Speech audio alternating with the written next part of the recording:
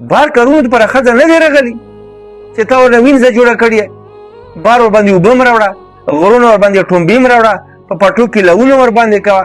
دا کوم دین اسلام دی؟ دا کوم ظلم دی؟ د نن سبا خلک چې په ښځو باندې کم کارونه کوي دا بالکل په شریعت کې نشته، دا سراسر ظلم دی.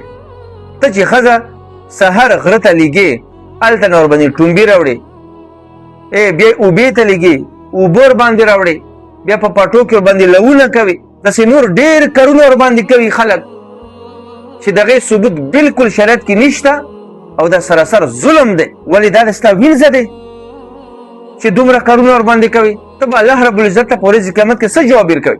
ښځه خو به کور کې دننه کار کوي. بار کار کول دا د سړي کار دی، دا به سړی کوي چې خپله یې نشي کوی چاته به پیسې ورکړي.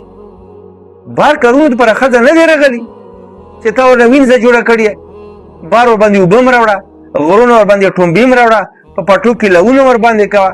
دا کوم دین اسلام دی؟ دا کوم ظلم دی؟ ښځه خو د کور څیز دی، دا به په کور کې نه وي. تا ورنه وینځه جوړه کړې، تا ورنه خادمه جوړه کړې، تا ورنه مزدوره جوړه کړې، او موږ ځان ته پښتانه وایو، موږ ځان ته غیرتي وایو. ای پښتو به دا وي، غیرت به دا وي